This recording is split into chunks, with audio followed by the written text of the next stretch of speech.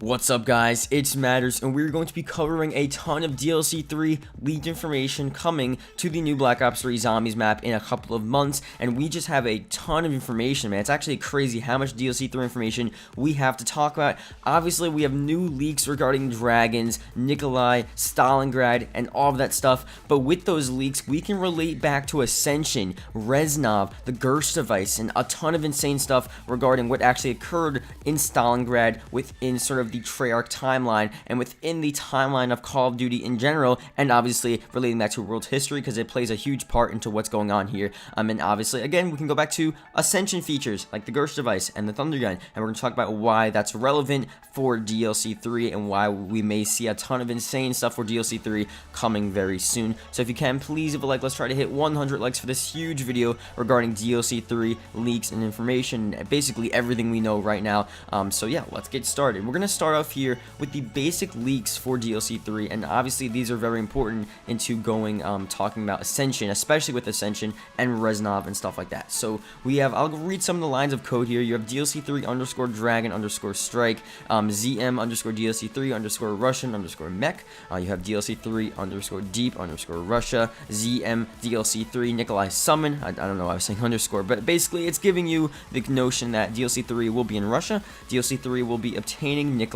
We already know that. DLC 3 will have dragons that will either be actually like friendly or will actually combat you. DLC 3 will have a new type of Panzer, some sort of Russian mech, obviously similar to the Panzer, but in its own fashion, created in Russia from them. Now these are obviously important. I talked about this yesterday, but these leaks definitely help us with what we need to know regarding Ascension and the GERSH devices and the Thunderguns and basically everything that occurred within Ascension, also relating back to REZNOV as well. So the Stalingrad location, I'll leave the image on screen now. Stalingrad, this is a world's map of where it is located, the Battle of Stalingrad in World War II, that whole battle, that whole location, the whole situation there, this is where it's located. You'll see the pin on the world's map there. That's where it is. Now you're going to look at Ascension. This is where Ascension is located in real life. If you go online, you look up Ascension, BO1, Black Ops 1, you're going to see the Kazakh Soviet Socialist Republic. That's where Ascension is located. Now if you look, and I'll try to put the maps side by side, I'll just put them like one next to each other, you'll see it's basically in the same exact location. I think it's almost hovering over each other within the time period. Now obviously you have sort of these overlapping lands, and there may be some sort of similar barrier here, but this is what happened with Dreisendrach and Austria. We had a coordinate that didn't exactly lead to what we thought we were going to see for the actual Hoffenwerfen castle, and that's like the real life castle of Dreisendrach, and that's why we talked about ice caves as well, because the ice caves were nearby, and they're also in the similar and actual they're actually close to the coordinates that we saw in Richtofen's notes for DLC 1. That's why we talked about this, and this is why it's huge to actually talk about this now, relating back to Ascension, because they're in the same exact location. They're very close, and even if they weren't in Russia, they're so close to each other. Like if you look at the world maps, man, they're so insanely close. So it gives us a point, and we have to talk about this. It's like, what's going to happen with the actual maps? We're going to the exact location, or at least nearby, where Ascension is taking place right at this time in history. Obviously, with whether or not it's a different dimension, we're not so sure. Whether or not they stay in the dimension and they go to a different one, that's sort of like up in the air. But we're going to basically Ascension, close by. Stuff is going to be similar.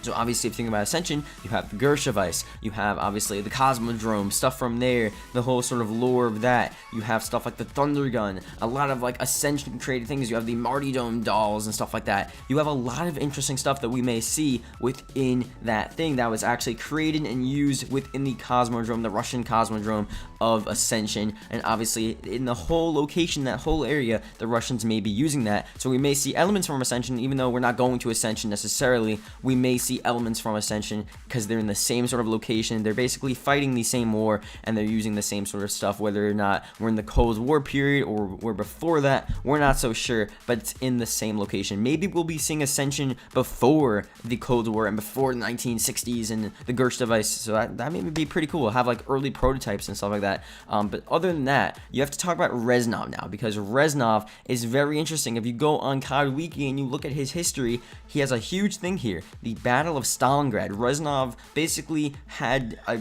role in the Battle of Stalingrad. I'm gonna read a bit of this here because obviously I don't really like read the whole sort of storyline of REZNOV and Stalingrad. It's just a bunch of random stuff with what he did there, how he like was escaping death, and basically I'll read a bit of it here. The rotten cancer of the fascist Reich ravages Europe like a plague. Their relentless drive into our motherland steals the lives of men, women, and children alike. Their arrogance of their leaders is matched only by the brutality of their soldiers. The darkest days of the Nazi occupation in Stalingrad are here, or just insane stuff like that. So basically, he's talking about how he hates the Germans, all that insane stuff, and how he's fighting for the Russians, fighting with this for Russia and the Soviet Union and stuff like that. And it goes through, talks about his experience, how he was close to dying, he was using the Mosin-Nagant rifle, and just all this insane stuff, and it really doesn't make sense. The only thing I'm going to talk about here, just to highlight, obviously he had a huge part in Stalingrad. That would make sense that we would see him there. We're going basically during the same time as World War II, or at least during, a bit after, almost towards the end of it. We have a lot of relevance here with REZNOV because he was there during that time. So we may see something regarding him, some sort of Easter egg, something of him playing a role in the Zombies universe. We're not so sure. But just to note a few things here, there's actually something it says. So they talk about being attacked by German panzers and soldiers, and REZNOV holds off and fights the German soldiers before he jumps into the canal. It's basically sort of giving his escape plan. So they mention German panzers, which I guess were like code name for soldiers or something they use, some sort of attack method, or the actual, like I said, code name for the soldiers, or whatever the machinery, whatever they were using. Interesting that they use that wording, panzer, and obviously within the code of DLC 3, they talked about some sort of panzer mech being used by the Russians against Germany and against sort of, I guess, with the zombies in the zombie storyline as well. And it makes it's all too coincidental that this is the case here, that the Germans were using these panzers and you have the Russians using this mech gear as well. And then in the code of Black Ops 3 Zombies, they mention Russian mech similar to the panzer and stuff like that. And we also have something pretty insane. If you guys don't remember, the PPSH was actually within the code for Black Ops 3 Zombies, and it talks about here. He changed his submachine gunner as he wields his PPSH 41 from there on, and then he was seen without a finger for 3 years later. Basically, him fighting again.